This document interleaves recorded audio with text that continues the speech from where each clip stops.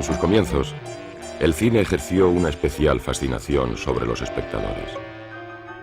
Como novedad técnica, el cine sorprendió al público con la sucesión de fotografías en movimiento. Pero además, enseguida, aprendió a narrar hechos sin palabras, a sugerir ideas y provocar sensaciones.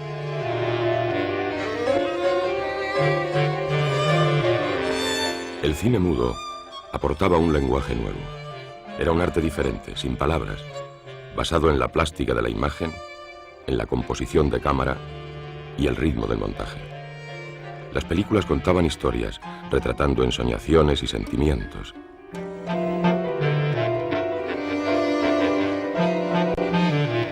Pero el cine era algo más que un arte, porque en la oscuridad de las salas de proyección, la pantalla luminosa representaba una ventana abierta a mundos desconocidos, y el público tenía la sensación de encontrarse en un ambiente casi mágico.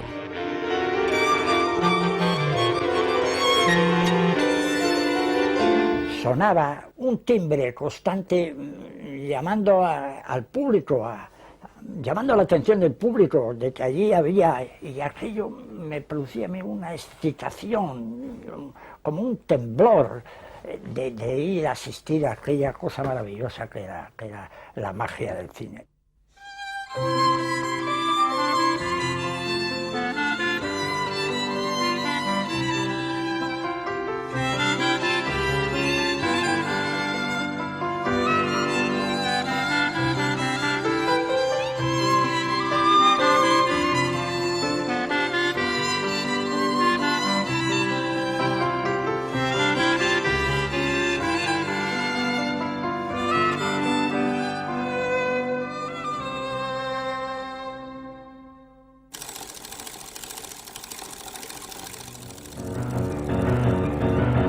Cuentan las crónicas que los espectadores de la primera proyección de los hermanos Lumière se sobrecogieron por la llegada de un tren que parecía salirse de la pantalla.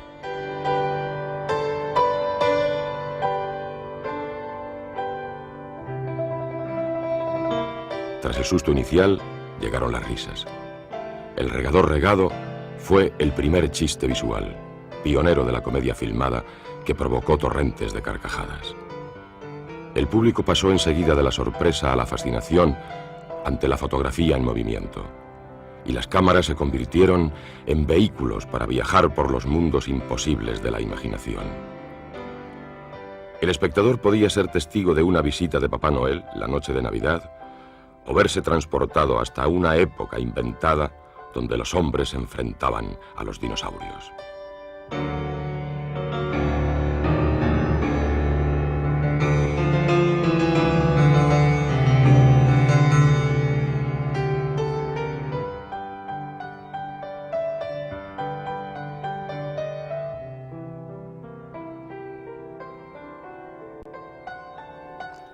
Aquellos trucos, que hoy parecen tan elementales, dejaban a los públicos de todo el mundo boquiabiertos ante imágenes nunca vistas, comparables al más fantástico de los sueños.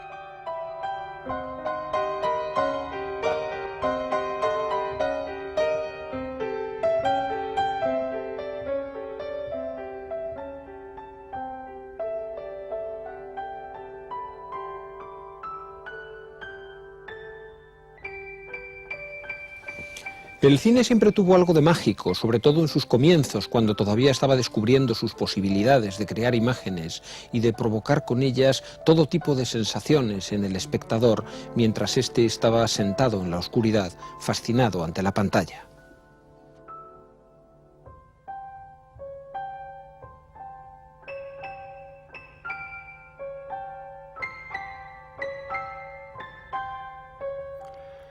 Al contemplar aquel despliegue de fantasía, aquellas visiones de reinos tan improbables como hermosos, el público de feria experimentaba, sin saberlo, con un lenguaje nuevo. Y al mismo tiempo, los cineastas descubrían las posibilidades narrativas del cine, dando a luz un arte nuevo.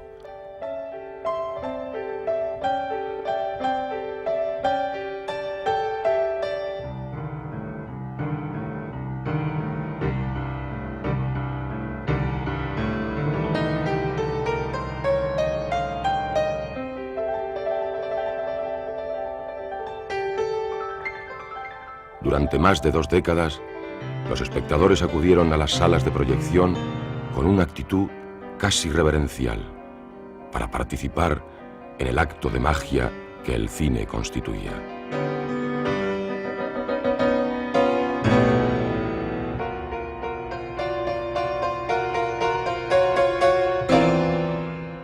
Usted entra en una catedral, le impone la grandeza, silencio. Pues el cine era igual. El que iba al cine iba en una catedral, podemos, para catalogarlo, ¿verdad? Había una cosa ya imponía, el entrar en un local de cine, ya imponía.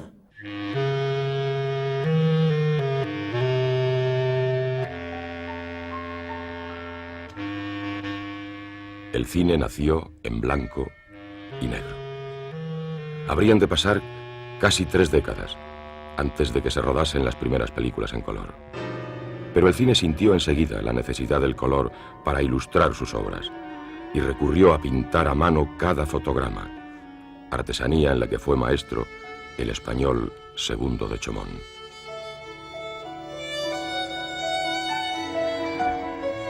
Después, la industrialización del séptimo arte haría imposible mantener aquel procedimiento tan lento como costoso, y se buscaron otras fórmulas para dar color a los sueños de la cámara.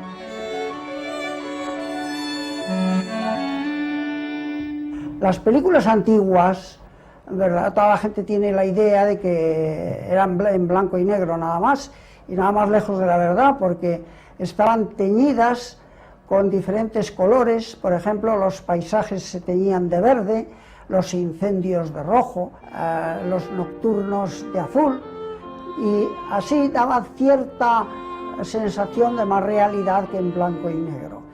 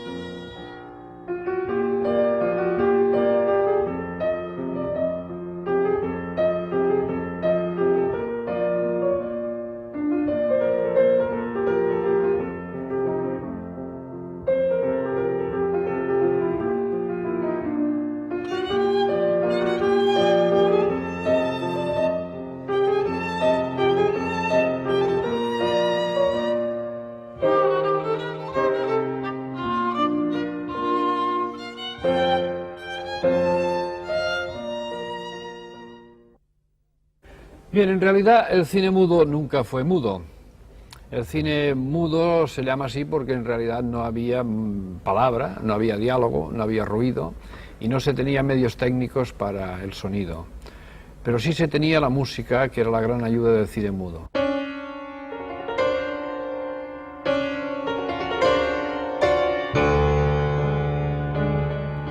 La música proporcionaba un subrayado sonoro a la imagen y ayudaba a que el espectador sufriera o riese ante lo ocurrido en la pantalla. Además, cubría también los cuchicheos de la sala y evitaba al público el miedo al silencio.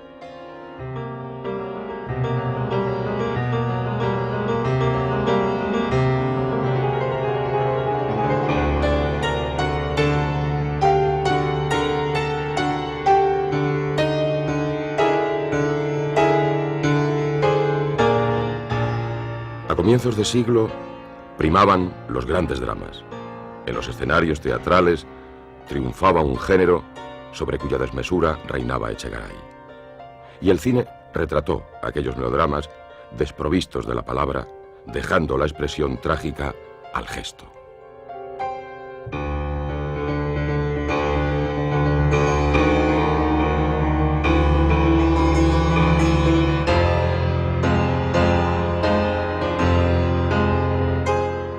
Ir al cine significaba sentarse en la oscuridad a presenciar otras vidas, recorrer otros mundos y vivir un sinfín de sensaciones, todo por el precio de una entrada.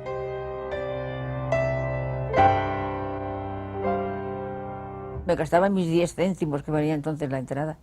10 céntimos, que era mucho dinero para ir al cine. Me llevaba un bocadillo, que entonces era un sándwich, y los 10 céntimos, y me iba todas las tardes al cine.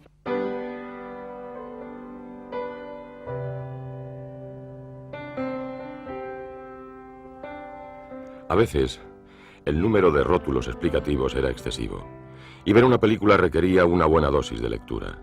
Además, si la copia estaba muy usada o los proyectores no andaban muy finos, las vibraciones de la imagen dificultaban la lectura. Por todo ello, se impusieron los explicadores, contratados por los exhibidores como ayuda para un público lastrado por el analfabetismo.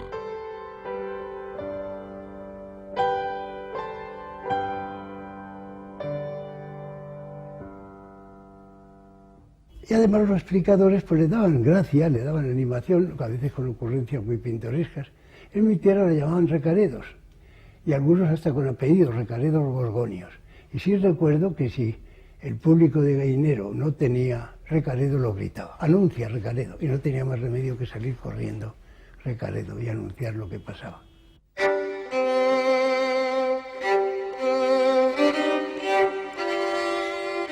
En la década de los 10, el cine se convirtió en un gran espectáculo.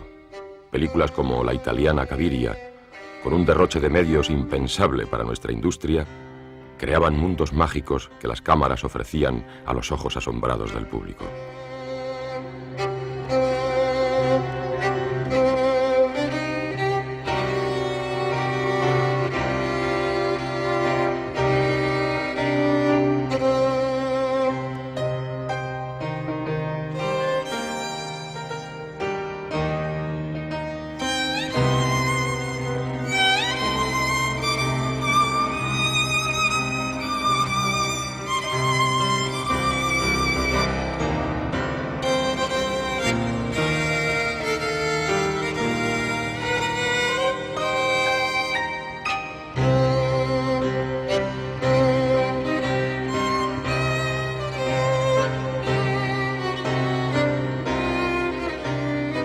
Pero la magia del cine no se encontraba solo en el colosalismo y en los trucajes.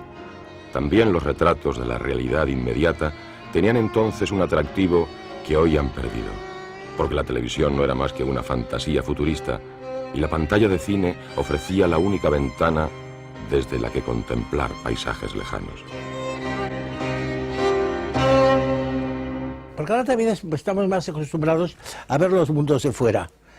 Ya no nos sorprende tanto, pero en aquella época, pues, una película francesa, una película americana, eran mundos totalmente distintos y lejanos y fantásticos.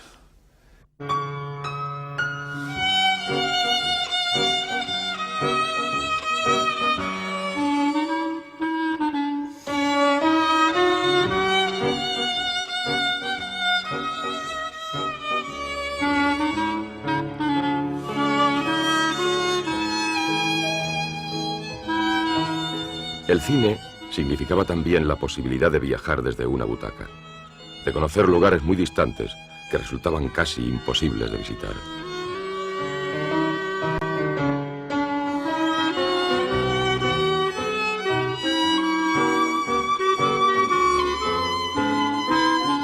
Las vistas de ciudades y paisajes extranjeros eran uno de los atractivos de las películas, en una época sin aviones, en que el turismo era un lujo inalcanzable.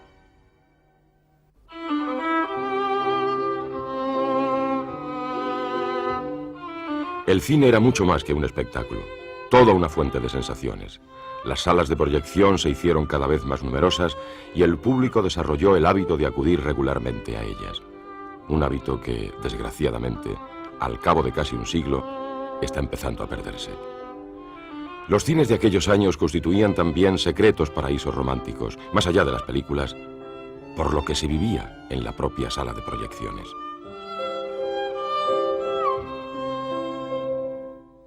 Los jóvenes iban al cine más que a ver la película en realidad, más que a ver la película, a estar ellos juntitos. Eso es lo que iban al cine. Y entonces, pues, era la última fila, la penúltima o antepenúltima, de ahí, para más adelante no, más adelante no. Ahí íbamos ya las personas más formales.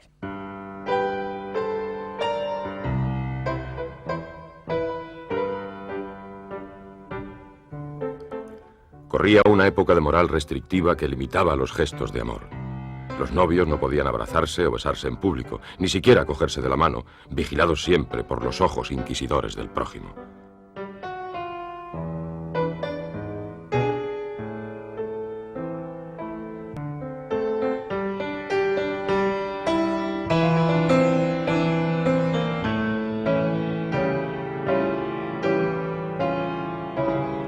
Tan solo el cine permitía a las parejas encontrarse a solas, en una soledad compartida con otros espectadores, y acariciarse sabiendo que las miradas de los demás permanecían fijas en la pantalla. Las salas de cine sumaban a los atractivos de la película el amparo de la oscuridad e incluso de las pudorosas cretonas de los palcos.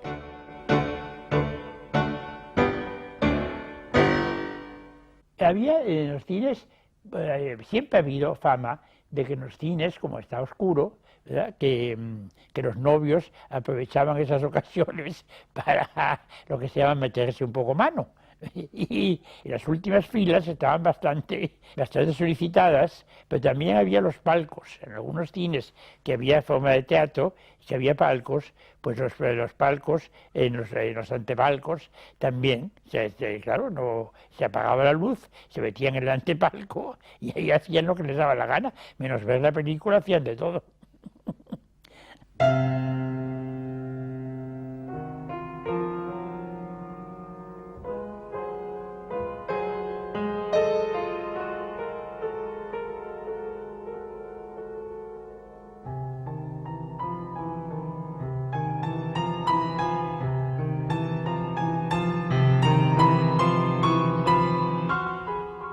La imagen muda llegaba a tener una fuerza hipnótica sobre el público. Las técnicas de cámara y montaje se perfeccionaron hasta desarrollar con las imágenes un lenguaje fluido, de gran intensidad y sutileza.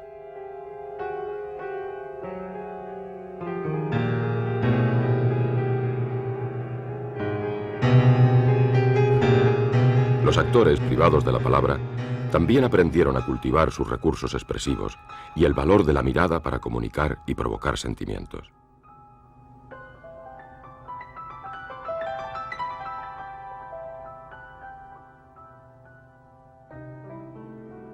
El espectador de entonces recibía un cúmulo de sensaciones e información de modo totalmente diferente a como ocurre en el cine de hoy.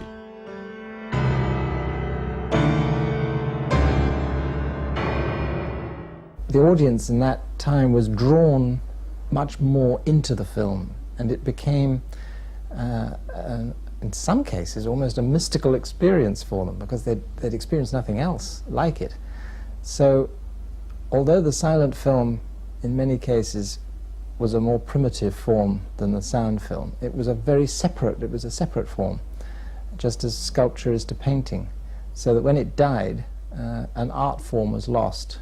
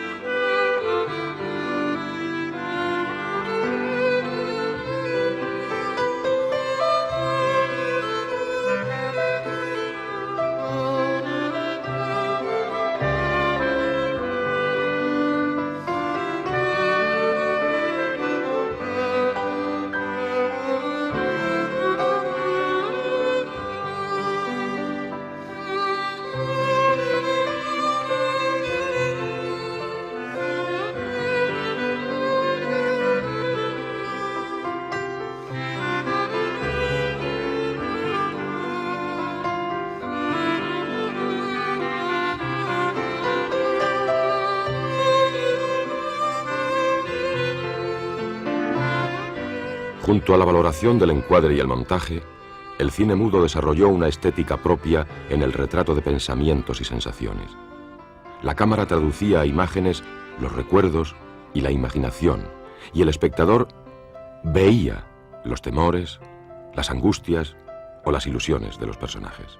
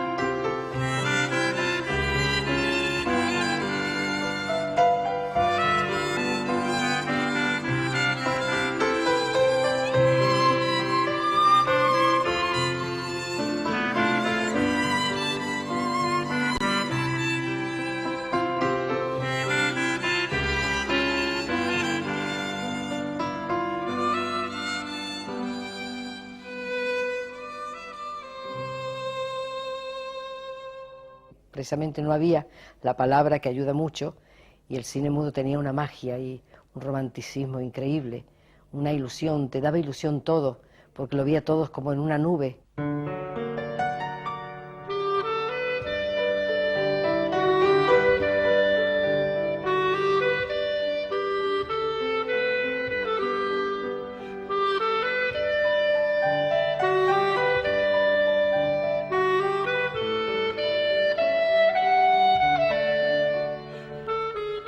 Su propia magia convertiría al cine en el arte más popular de nuestro tiempo, en el principal medio narrativo del siglo de las luces, permitiendo que la poesía se expresase con imágenes en un lenguaje universal, mucho más allá de las limitaciones de la palabra. Yo creo que en este siglo que se han inventado tantas cosas buenas y terribles, tantos aparatos para la muerte, tantas cosas para la guerra, considero, y será una perogrullada, ¿verdad?, que ha sido esencial la aparición del cine. La invención del cine es una invención colosal, extraordinaria. Yo tengo ese verso que dice: yo nací, respetadme con el cine, bajo una red de cables y aviones, cuando abolidas fueron las carrozas de los reyes y el auto sobre el papa, vi los telefonemas que llovían, plumas de ángel azul desde los cielos, las orquestas seráficas del aire, guardo el auricular en mis oídos.